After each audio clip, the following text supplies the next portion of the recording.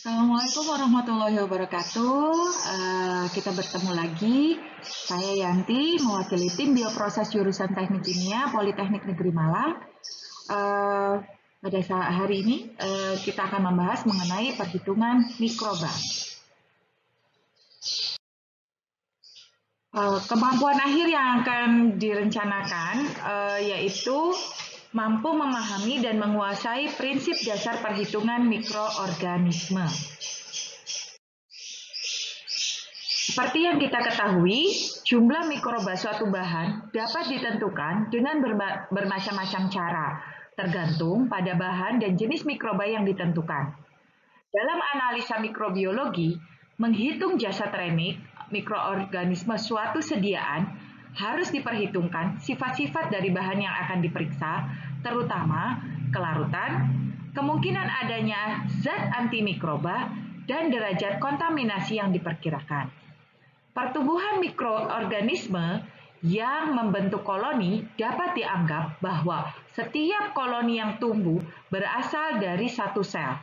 Maka, dengan menghitung jumlah koloni, dapat diketahui penyebaran bakteri yang ada pada bahan. Koloni adalah kumpulan dari mikrobia yang memiliki kesamaan sifat seperti bentuk, susunan, permukaan, dan sebagainya. Sifat-sifat yang perlu diperhatikan pada koloni yang tumbuh di permukaan medium adalah 1. Besar kecilnya koloni. Ada koloni yang hanya berupa suatu titik, namun ada pula yang melebar sampai menutup permukaan medium. Kemudian yang kedua, bentuk. Ada koloni yang bulat, ada yang memanjang, ada yang tepiannya rata, dan ada yang tidak rata. Ketiga, kenaikan permukaan. Ada koloni yang rata saja dengan permukaan medium, ada pula yang timbul, yaitu menjulang tebal di atas permukaan medium. Yang keempat, halus kasarnya permukaan.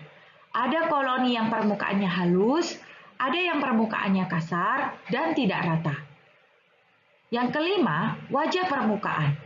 Ada koloni yang permukaannya mengkilat, ada yang permukaannya suram. Yang keenam, warna. Kebanyakan koloni berwarna keputihan atau kekuningan. 7. Kepekatan. Ada koloni yang lunak seperti lendir, ada yang keras dan kering. Pertumbuhan. Setiap koloni selalu bertumbuh. Pertumbuhan adalah bertambahnya tinggi atau berat suatu organisme. Pertambahan tinggi maupun berat organisme merupakan bertambahnya ukuran sel atau bertambahnya jumlah sel. Dalam dunia mikroba, pertumbuhan diartikan sebagai bertambahnya jumlah sel. Hal ini karena mikroba sebagian besar adalah organisme bersel tunggal. Mikroba memperbanyak diri melalui pembelahan sel maupun reproduksi seksual. Reproduksi seksual hanya dijumpai pada mikroba bersel banyak seperti jamur. Kuantitas atau ukuran pertumbuhan mikroorganisme dapat diukur dari 1. Segi pertambahan dimensi 1, misalnya panjang, diameter, jari-jari, dan jumlah sel. Segi pertambahan dimensi 2, misalnya luas. Segi pertambahan dimensi 3, misalnya volume, berat segar, atau berat kering. Segi komponen seluler, misalnya RNA, DNA, dan protein, serta segi kegiatan metabolisme secara langsung, misalnya kebutuhan oksigen, karbon dioksida, hasil gas-gas tertentu, dan lain-lain. Ada 4 cara yang umum digunakan untuk memperkirakan besar populasi mikroorganisme, yaitu perhitungan langsung atau direct count, jumlah sel atau biomasa mikroorganisme, pengukuran langsung, direct measurement, biomasa organisme, perhitungan tidak langsung, indirect count, jumlah sel, dan perhitungan tidak langsung, indirect estimate, biomasa mikroorganisme. Untuk menentukan jumlah bakteri dapat digunakan beberapa cara, antara lain jumlah bakteri secara keseluruhan atau total cell count. Dihitung semua bakteri yang baik yang hidup maupun yang mati. Kemudian ada juga perhitungan jumlah bakteri yang hidup atau viable count. Dihitung bakteri yang hidup saja. Keuntungan dan kerugian serta penggunaan baik direct count atau indirect count adalah sebagai berikut. Untuk yang direct count, keuntungannya adalah lebih akurat. Kekurangannya membutuhkan waktu yang cukup lama. Kegunaannya untuk mendapatkan jumlah sel yang akurat. Biasanya digunakan dalam sampel-sampel klinik ataupun sampel-sampel yang berasal dari lingkungan. Kemudian untuk yang indirect count, keuntungannya kita bisa melakukan perhitungan secara cepat. Kekurangannya agak kurang akurat dan kegunaannya adalah untuk mendapatkan perhitungan yang sangat cepat.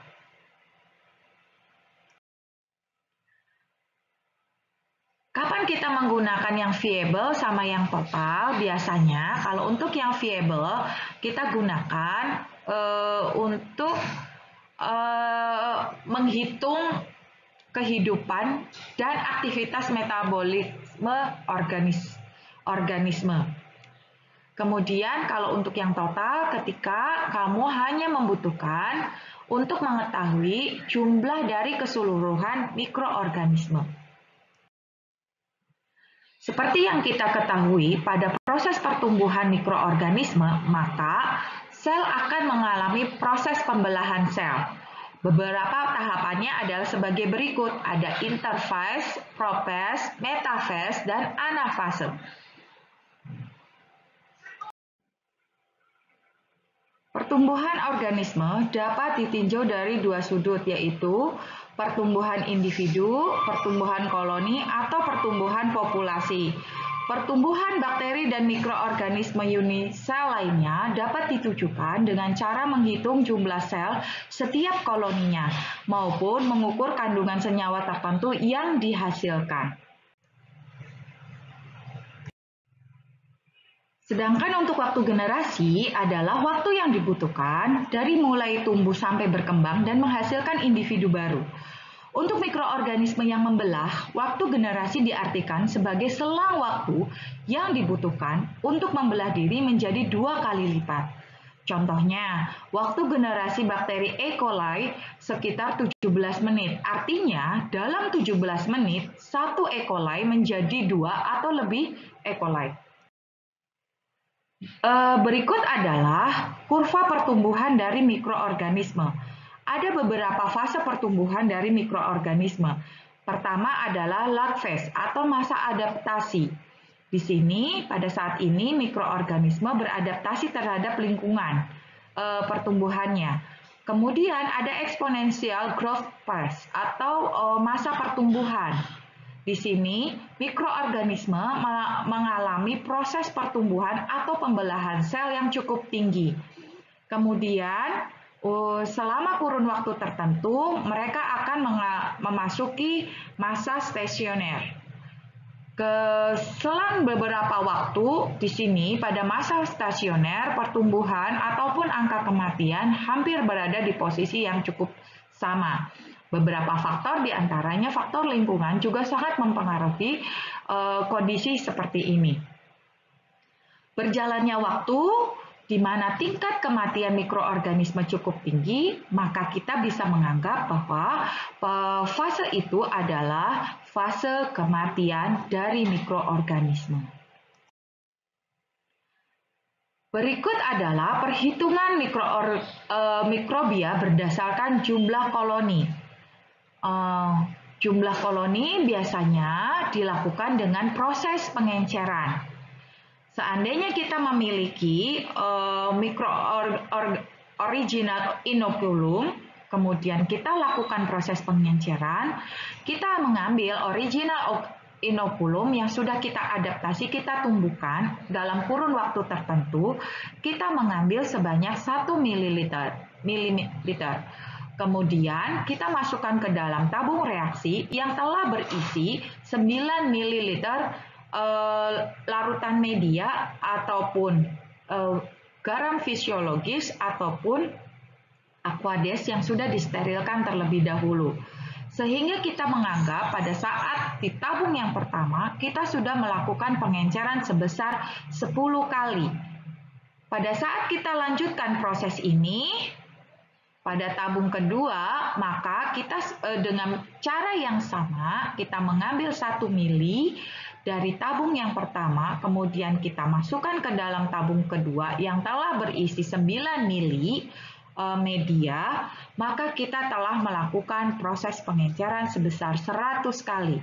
Begitupun di tabung 3, kita sudah melakukan pengenceran 1000 kali, tabung keempat 10.000 kali, dan tabung kelima 100.000 kali.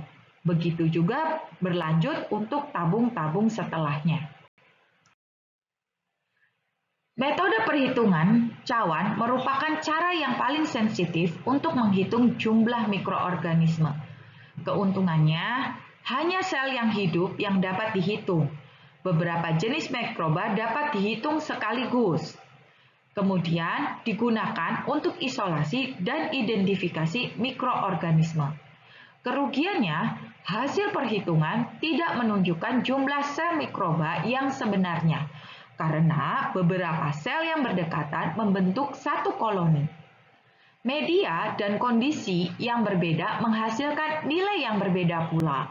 Mikroba yang tumbuh harus pada media padat dan membentuk koloni yang kompak, jelas serta tidak menyebar. Kemudian memerlukan persiapan dan waktu inkubasi beberapa hari sehingga pertumbuhan sel dapat dihitung. Beginilah metode cawan tuang. Seperti pada proses isolasi, maka kita harus menyiapkan tabung reaksi, cawan Petri, dan media yang kita bisa simpan di dalam Erlenmeyer. Tahapannya bisa untuk cawan tuang ini ada yang langsung cawan tebar dan ada yang memang kita bisa langsung tuangkan. Pada saat kita melakukan cawan tuang, maka sampel pada tabung reaksi dengan pengenceran tertentu kita ambil sebesar 1 mili atau 0,1 mili. Kita masukkan, terus kita tambahkan media, kemudian kita atur, kita ratakan dengan cara menggoyang-goyangkan, membentuk angka 8 atau menggoyangkan ke sebelah kiri sebanyak kurang lebih minimal 4 kali dan begitu juga ke arah yang sebaliknya sebanyak kurang lebih 4 kali. Kemudian kita lakukan inkubasi sesuai dengan waktu inkubasi mikroorganisme yang akan kita lihat.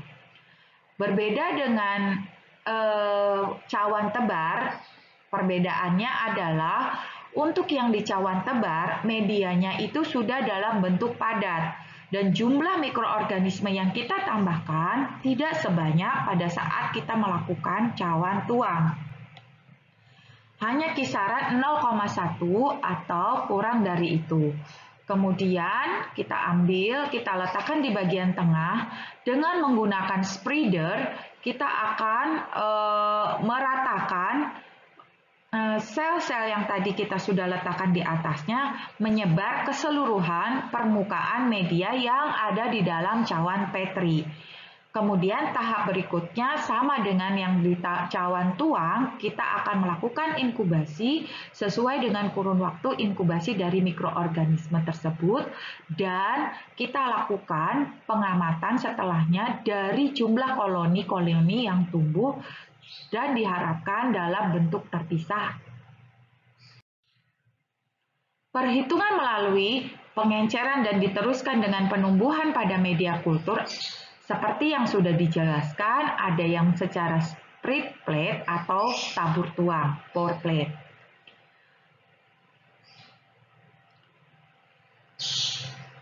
Seperti yang sudah dijelaskan, cara spread plate dilaksanakan dengan meneteskan kurang lebih 100 mikroliter suspensi. Kemudian kalau pour plate boleh 100 mikroliter.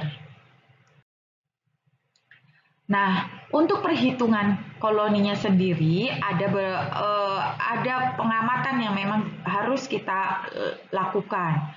Setelah inkubasi, hitung koloni pada cawan yang memiliki jumlah dalam rentang 25 sampai 250 koloni atau dengan satuan CFU atau Colony Form Unit. Ini adalah proses pengencerannya dan ini adalah yang bagian bawah petri ini adalah jumlah koloni yang dimungkinkan tumbuh berdasarkan pengenceran yang dilakukan. Dan kita akan melihat pada pengenceran yang lebih rendah atau 10 kali misalnya, itu jumlah mikroorganismenya akan masih sangat banyak. Kemudian dia akan turun secara signifikan hingga pada pengenceran yang tertinggi, misalnya 100.000 kali. Nah, dari data ini maka kita hanya akan mengambil perhitungan dari cawan petri dengan rentang pertumbuhan 25 sampai 250 koloni saja. Nah, syarat-syarat perhitungan. Hitung jumlah koloni, kalikan jumlah koloni atau rata jumlah jika digunakan ulangan dalam pengenceran yang sama dengan kebalikan pengencerannya. Catat pengenceran yang digunakan dan jumlah koloni dihitung atau diduga pada tiap petri. Untuk mencegah kesalahan, ketelitian, dan akurasi, catat hanya 2 digit pertama saja. Digit kedua dapat ditingkatkan jika digit ketiga di atas 5. Gunakan 0 untuk digit setelah digit kedua. Laporkan jumlah atau dugaan jumlah sebagai CFU per gram atau per mililiter. Hitung jumlah koloni hanya yang memenuhi syarat yang dihitung. Spreader tidak dihitung. Hitung semua koloni termasuk yang kecil. Catat pengenceran yang digunakan dan hitung jumlah koloni. Contoh, pengenceran, misal pada pengenceran 1/100, jumlah koloni adalah 243. Pada pengenceran 1/1000, jumlah koloni adalah 23. Maka jumlah bakteri yang kita tulis adalah 24.300 atau kita tulis 2,4 kali 10 pangkat 4 CFU per mili. Atau contoh yang kedua, jika pengenceran 1/100 jumlah koloni spreader, pengenceran 1/1000 jumlah koloni 31, maka yang kita akan tulis hanya yang 31.000 atau 3,1 kali 10 pangkat 4 CFU per mili. Contoh yang ketiga, pengenceran 1/100 jumlah koloninya adalah 305. Pengenceran 1/1000 jumlah koloni 42, maka jumlah koloni yang kita tulis adalah 42.000 atau 4,2 kali 10 pangkat 4 CFU per mili. Jika kedua pengenceran memenuhi syarat, contoh, pengenceran yang pertama 1/100 jumlahnya 200. Pengenceran yang 1/1000 jumlahnya 42 koloni. Maka yang harus kita lakukan adalah membandingkan dua pengenceran tersebut. Jika lebih dari 2, maka dirata-rata. Jika kurang dari 2, gunakan pengenceran yang lebih kecil. Maka jumlah bakteri yang kita hitung adalah 42.000 dibagi 20.000. Maka dia akan lebih dari 2. Jumlah bakteri ditulis 2 kali 10 pangkat 3 CFU per mili. Perhitungan dengan dua ulangan. Contoh yang kelima. Seandainya pada pekerjaan yang pertama, pada pengenceran 100 kali, jumlah koloni pada Petri yang pertama menunjukkan 175 koloni. Pada Petri kedua 208. Ini masih memenuhi perhitungan koloni. Tetapi pada pengenceran yang ke-1000 kali, Petri pertama menunjukkan 16 koloni, Petri yang kedua 17 koloni. Maka rata-rata terlebih dahulu pada pengenceran yang memenuhi syarat. Yang memenuhi syarat hanya pengenceran yang ke-100 kali.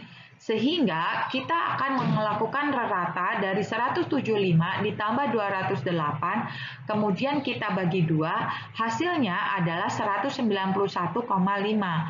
Karena digit ketiga kurang dari 5, maka jumlah bakteri adalah 19.000 CFU per gram atau 1,9 kali 10 pangkat 4 CFU per mili.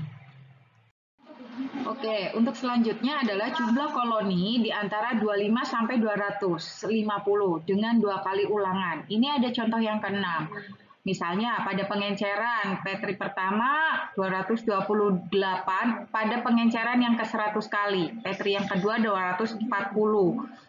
Sedangkan pada pengenceran yang ke-1000 kali, Petri pertama 28, Petri kedua 23.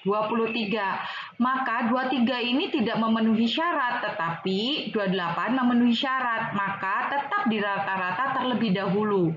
Sehingga perhitungannya adalah 280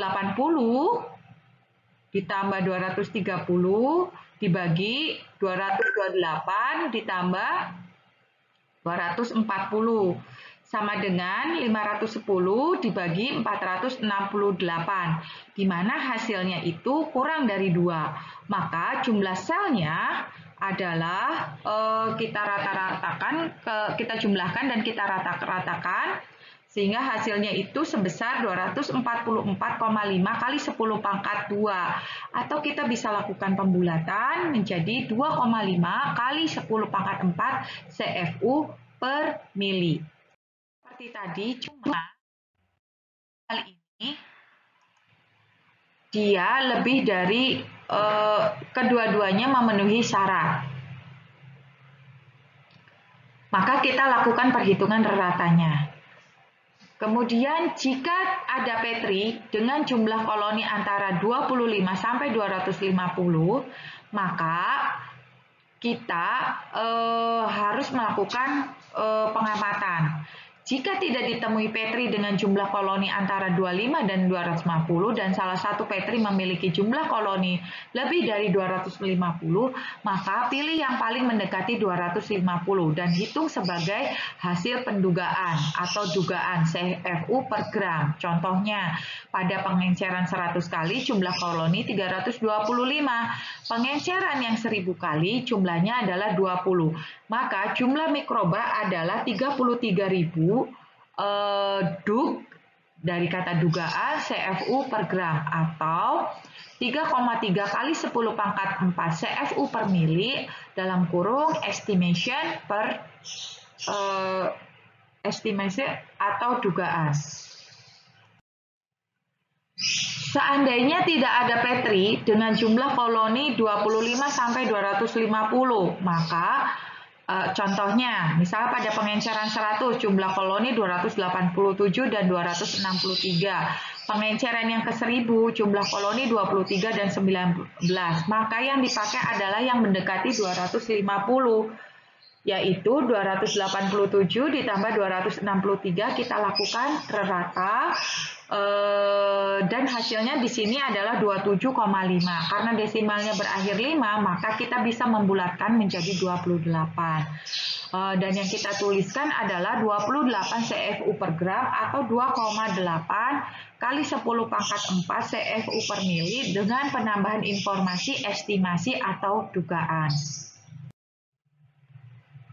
Semua Petri dengan jumlah koloni kurang dari 25. Jika Petri dari semua pengenceran menunjukkan jumlah koloni kurang dari 25, Catat jumlah aktual koloni pada pengenceran yang paling rendah dan laporkan sebagai dugaan. Misalnya, contoh 9. Pengenceran 100 kali jumlah koloni 0, pengenceran 1000 kali jumlah koloni 0. Maka jumlah mikroba adalah kurang dari 100 CFU per gram. Contoh yang ke-10, pengenceran 100 kali, jumlah koloni 18 dan 16. Pengenceran 1000 kali, jumlah koloni 2 dan 0. Maka yang kita tulis adalah jumlah mikroba kurang dari 1700 CFU per gram. Jika tidak ada koloni yang tumbuh, jika pada semua pengenceran tidak dijumpai adanya koloni dan tidak terdapat senyawa penghambat, laporkan jumlah pendugaan dengan kurang dari pengenceran yang paling rendah. Misalnya, pengenceran yang 100 kali jumlahnya 0, pengenceran yang 1000 kali jumlahnya 0, maka jumlah mikrobanya adalah kurang dari 100 CFU per gram dengan keterangan dugaan atau estimasi. Jika jumlah koloni lebih dari 250, jika jumlah koloni tiap petri di atas 250, hitung koloni dalam bagian peti berdasarkan distribusi yang mewakili. Jika dalam hitungan kurang dari 10 koloni per cm persegi, pilih dalam 12 cm persegi dengan cara 6 ulasan horizontal berurutan dengan 6 luasan sudut kanan berurutan. Ingat, jangan ada koloni yang dihitung 2 kali. Jika dalam hitungan ada lebih dari 10 koloni per cm persegi, hitung koloni dalam 4 luasan yang mewakili seperti cara di atas. Kalikan rata jumlah koloni per cm persegi dengan luas petri. Pada umumnya, luas petri sekitar 56 cm persegi digunakan ini sebagai faktor pengali. Spreader, ada 3 tipe spreader. Tipe pertama adalah rantaian koloni, tidak dapat dipisahkan secara tepat, disebabkan oleh disintegrasi gumpalan bakteri ketika inokulum ditebarkan dalam medium plating. Jika satu atau lebih rantai jelas asalnya dari sumber terpisah, hitung masing-masing sebagai satu koloni. Jangan hitung tiap-tiap koloni individu dalam rantai sebagai koloni terpisah. Tipe kedua adalah perkembangan koloni yang meluas dalam film air antara agar dan dasar petri. Tipe ketiga, bentuk dalam film air pada tipe permukaan agar. Kedua tipe ini berkembang karena akumulasi kelembaban pada tiap sebaran asli, dan spreader ini dapat mewakili pertumbuhan koloni individu jika pengenceran terdistribusi secara merata dalam medium. Itu adalah penjelasan dari metode cawan tuang. Ada lagi adalah menghitung dengan ruang hitung. Perhitungan sel menggunakan ruang hitung dilakukan dengan menggunakan suspensi hasil pengenceran, diteteskan ke dalam ruang hitung, kemudian kita tutup menggunakan gelas penutup preparat. Ruang hitung yang digunakan biasanya berupa hemasitometer atau ruang penghitung sel-sel darah merah. Ini adalah gambaran mengenai penggunaan alat hemasitometer. Dan yang kita amati nanti adalah sel-sel dengan bantuan mikroskop. Pemeriksaan selanjutnya dilakukan di bawah mikroskop dengan cara menghitung jumlah sel yang ada di dalam ruang hitung. Ada 3 macam ruang hitung yang dapat digunakan dengan ukuran ruang yang saling berbeda. Perhitungan akan lebih mewakili dari jumlah sel yang sebenarnya jika menggunakan semua macam ruang hitung dengan sistem pengenceran yang benar-benar homogen, sehingga hasil rata-rata menjadi lebih akurat. Berikut adalah contoh perhitungan langsung dengan mikroskop. Kita menggunakan alat hemasitometer atau Petrov-Hauser counter. Misal, diketahui luas kotak pada hemasitometer adalah 4 kali 10 pangkat min 2 mm persegi. Tingginya adalah 2 kali 10 pangkat min 2 mm. Maka volume daerah kotak adalah perkalian dari luasan kotak dengan tinggi, sehingga menghasilkan 8 kali 10 pangkat min 7 mm.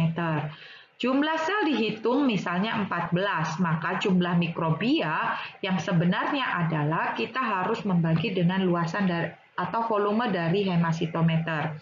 Di sini adalah 14 dibagi 8 kali 10 pangkat min 7, hasilnya sebesar 17.500.000 sel. Metode lainnya adalah MPN method.